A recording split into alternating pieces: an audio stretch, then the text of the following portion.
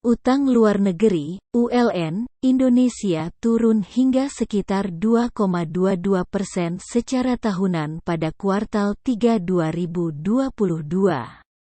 Semakin rendahnya utang, artinya semakin kecil kemungkinan Indonesia terjerat krisis seperti Sri Lanka atau Argentina.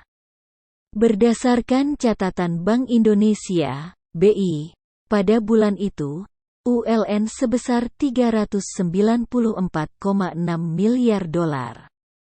Turun dari kuartal 2 2022 sebesar 403,6 miliar dolar. Penyebabnya, pemerintah mulai melunasi beberapa utang yang telah jatuh tempo dari total ULN pada periode itu. Untuk porsi ULN pemerintah secara tahunan turun tajam hingga 11,3% secara tahunan atau year on year (YoY), dari kuartal sebelumnya 187,3 miliar dolar menjadi 182,3 miliar dolar. Penurunannya pun lebih dalam dari saat penurunan kuartal 2 2022 sebesar 8,6%.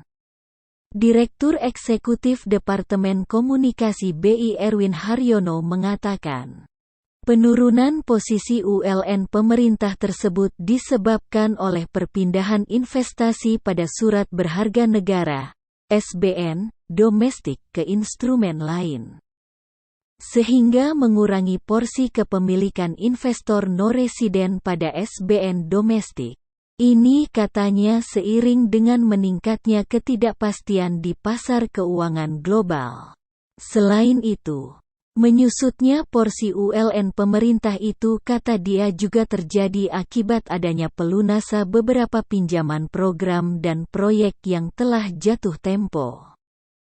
Pelunasan atas beberapa pinjaman program dan proyek yang jatuh tempo juga turut mendukung penurunan ULN pemerintah pada periode laporan, ujar Erwin dikutip dari keterangan tertulis, Selasa, tanggal 15 November tahun 2022.